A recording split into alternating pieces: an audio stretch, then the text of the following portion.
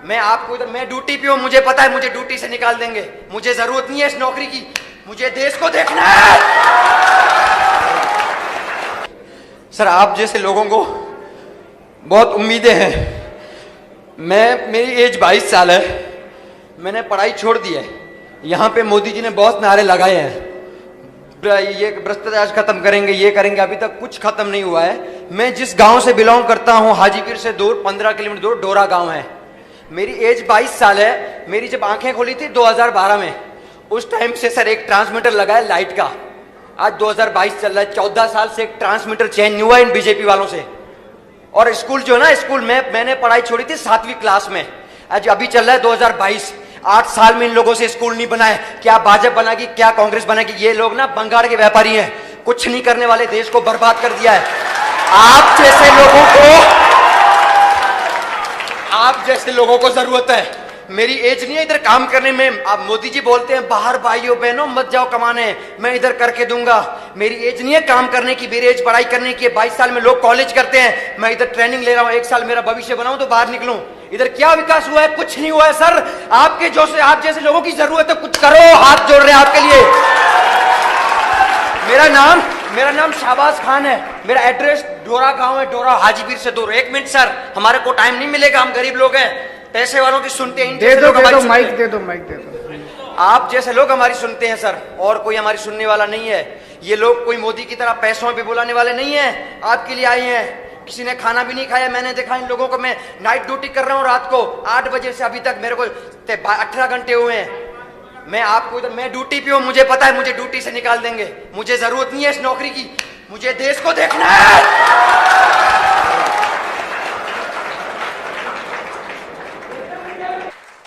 एक यहाँ पे जो भाई था वो बहुत उत्तेजित था, 22 साल की उम्र उसकी। बात उसकी बिल्कुल सही है कि ये कोई काम करने का टाइम थोड़ी था, ये तो पढ़ाई लिखाई करने का टाइम था। और बीजेपी और कांग्रेस ने लाखों करोड़ों युवाओं का कैरियर खराब कर दिया, उनका भविष्य खराब कर दिया।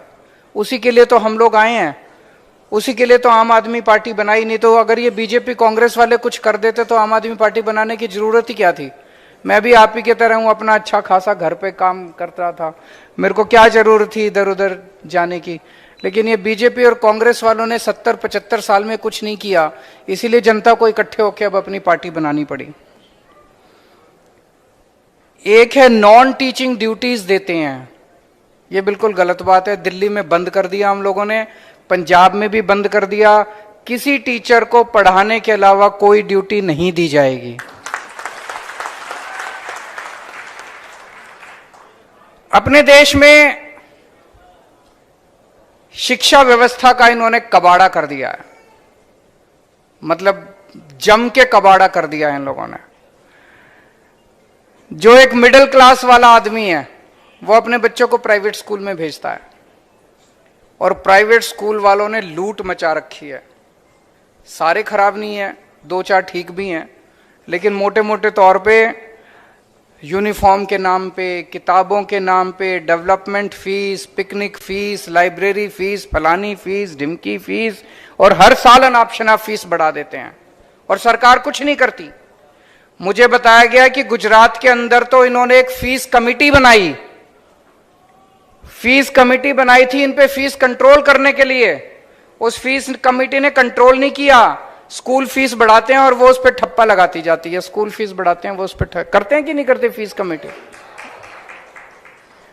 तो प्राइवेट वालों ने गुंडागर्दी मचा रखी है। एक आदमी बेचारा अपने बच्चों को, एक माँ बाप क्या चाहते हैं? वो चाहते हैं मेरा बच्चा अच्छा पढ़ लिख जाए, पढ़ लिख जाएगा तो कुछ बन जाएगा जिंदगी में।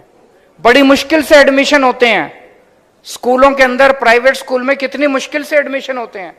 तो कोई माँ बाप जो है स्कूल वालों के खिलाफ बोलना नहीं चाहता, नहीं तो बच्चे को निकाल देंगे। तो माँ बाप मजबूरी के अंदर प्राइवेट स्कूलों की गुलामी करते हैं, और ये सरकारें प्राइवेट स्कूलों से पैसे खाती हैं। ये आधे से ज्यादा प्राइवेट स्कूल इनके अपने हैं, इन नेताओं के चलते हैं प्राइवेट स्कूल, इसलिए प्राइवेट स्कूलों के खिलाफ कुछ काम नहीं करते। तो आधे से ज्यादा लोग इसलिए दुखी हैं। अभी मैं पढ़ रहा था, गुजरात के अंदर लगभग 44 लाख बच्चे प्राइवेट स्कूलों में पढ़ते हैं, और बाकी बच्चे 53 लाख बच्चे गुजरात के अंदर सरकारी स्कूलों में पढ़ते हैं। सरकारी स्कूलों का तो हम जानते हैं क्या हाल है। मजबूरी में जो बहुत गरीब आदमी होता है, जिसके घर में कुछ खाने को नहीं होता, वो आदमी मजबूरी में अपने बच्चों को सरकारी स्कूल में भेजता है। और सरकारी स्कूलों का इतना बुरा हाल है, इतना बुरा हाल है। ये केवल गुजरात की कहानी नहीं है, ये पूरे देश की कहानी है। पूरे देश इन लोगों ने 70-75 साल के अंदर शिक्षा का बेड़ा गर्क कर दिया इन लोगों ने। अगर हमें भारत को दुनिया का नंबर 1 देश बनाना है, अगर हम चाहते हैं कि भारत विश्व गुरु बने, हम चाहते हैं कि भारत अमीर देश बने, हम चाहते हैं कि भारत दुनिया का नंबर 1 देश बने, तो भाषणबाजी से नहीं होगा। सबसे पहले शिक्षा को ठीक करना पड़ेगा कि नहीं करना पड़ेगा? बिना शिक्षा को ठीक किए भारत नंबर 1 देश नहीं बन सकता, भारत अमीर देश नहीं बन सकता। भारत अमीर कैसे बनेगा? भारत अमीर तब बनेगा जब हर भारतीय अमीर बनेगा। ऐसे तो नहीं हो सकता ना कि भारत के लोग तो गरीब रह जाएं और हम कहते भारत अमीर बन गया। जब हर भारत का आदमी, हर भारतवासी अमीर बनेगा, तभी तो भारत अमीर बनेगा।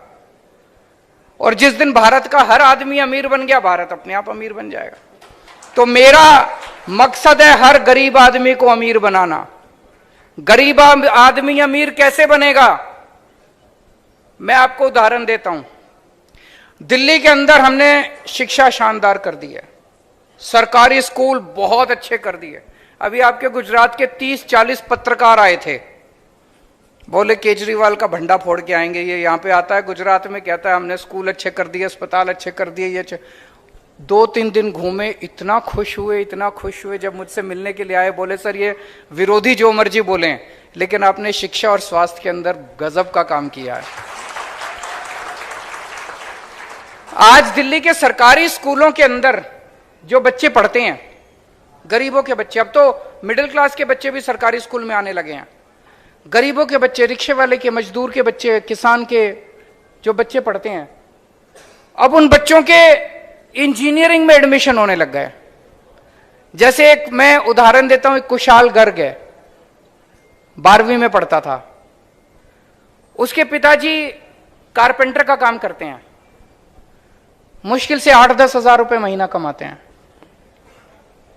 कुशाल गर्ग कहता है कि मैं जब 7-8 साल पहले, जब हमारी सरकार नहीं बनी थी, उसके पहले वो सोच भी नहीं सकता था कि वो कुछ कर पाएगा, क्योंकि स्कूलों का बहुत बुरा हाल था। इस बार कुशाल गर्ग का all India institute of medical sciences में डॉक्टरी में हुआ है, डॉक्टर बनेगा अब कुशाल। ऑल इंडिया इंस्टीट्यूट में एडमिशन मिलना सबसे मुश्किल होता है, पृथ्वी के ऊपर सबसे मुश्किल है। उस लड़के का ऑल इंडिया इंस्टीट्यूट में हुआ, डॉक्टर बनेगा। सोच के देखो, जिस दिन वो डॉक्टर बनेगा, उसकी स्टार्टिंग तनख्वाह 3-4 लाख रुपए महीना होगी। आज उसके पिताजी 8,000 रुपए कमाते हैं। तो उनका घर की गरीबी दूर हुई कि नहीं हुई? हो गई ना हुई? एक और बच्चा है, सोमेन करके है शायद, सोमेन गौर, नाम भूल गया मैं। वो बच्चा, उसके पिताजी प्लम्बर का काम करते हैं, वो भी 8-10 हजार रुपए महीना कमाते हैं। उस बच्चे का आईआईटी में कंप्यूटर साइंस में एडमिशन हो गया। मैं भी आईआईटी से पढ़ा हूं, मेरा भी कंप्यूटर साइंस में नहीं हुआ था। उसका आईआईटी में कंप्यूटर साइंस में। आप सोच के देखो, इस देश के अंदर एक गरीब आदमी का बच्चा अभी तक कभी कोई सपना भी नहीं देख सकता था, गरीब का बच्चा, कि मैं डॉक्टर बनूंगा, इंजीनियर बनूंगा। और जब इनके बच्चे, गरीबों के बच्चे ये सब बनना चालू होंगे, तो इन सभी परिवारों की गरीबी दूर होगी।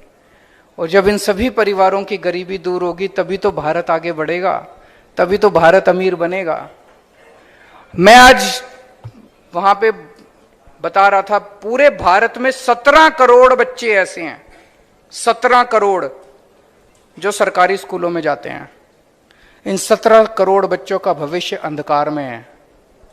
अगर दिल्ली के अंदर हम 18 लाख सरकारी स्कूलों के बच्चों का भविष्य सुनहरा कर सकते हैं, तो देश के अंदर 17 करोड़ बच्चों का भी भविष्य सुनहरा किया जा सकता है। और गुजरात के अंदर भी 53 लाख बच्चों का भविष्य सुनहरा किया जा सकता है। गुजरात के अंदर भी अगर हम इन सरकारी स्कूलों को ठीक कर दें, एक जनरेशन के अंदर, कुछ सालों के अंदर आप देखेंगे कि सब परिवारों के अंदर खुशहाली आने लग गई। सबके बच्चे, किसी का बच्चा कुछ बनेगा, किसी का बच्चा कुछ बनेगा और अपने माँ बाप की गरीबी दूर करेगा। इसी से भारत आगे बढ़ेगा, तभी गुजरात आगे बढ़ेगा। नहीं तो बातें बहुत बड़ी बड़ी करते हैं ये लोग, करते कुछ नहीं है। तो दिल्ली के अंदर हमने 2-3 चीजें करी। एक, सरकारी स्कूल शानदार कर दिए, बहुत अच्छे कर दिए, इतने अच्छे कर दिए कि अब प्राइवेट स्कूलों से पिछले कुछ सालों में 4 लाख बच्चों ने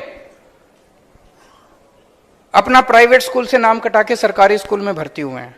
4 लाख बच्चे। सरकारी स्कूलों का दिल्ली का पिछले साल नतीजे 99.7% नतीजे, 99.7% नतीजे। तो सरकारी स्कूल अच्छे किए और दूसरे प्राइवेट स्कूलों ने गुंडागर्दी मचा रखी थी। हमने प्राइवेट स्कूलों को फीस बढ़ाने से मना कर दिया। हमने कहा कि कोई फीस नहीं बढ़ानी प्राइवेट स्कूलों को। सारे स्कूलों का हमने ऑडिट करवाया, प्राइवेट स्कूलों का। आपको जान के ताज्जुब होगा, किसी स्कूल के पास 30 करोड़ की एफडी, किसी के पास 40 करोड़ की एफडी, आपसे फीस लेते हैं और एफडी करा देते हैं उससे। कानूनी गलत है ये। आप एफडी नहीं करा सकते, लोगों से, बच्चों से फीस लेके एफडी नहीं करा सकते। हमने स्कूलों को ऑर्डर किया, एफडी तुड़वाई, फीस वापस करवाई। ये भारत के इतिहास में पहली बार हुआ कि बच्चों की फीस वापस हुई, उनके माँ बाप के बैंक अकाउंट में पैसे वापस गए कि आपसे ज्यादा पैसे ले लिए थे फीस के आपके।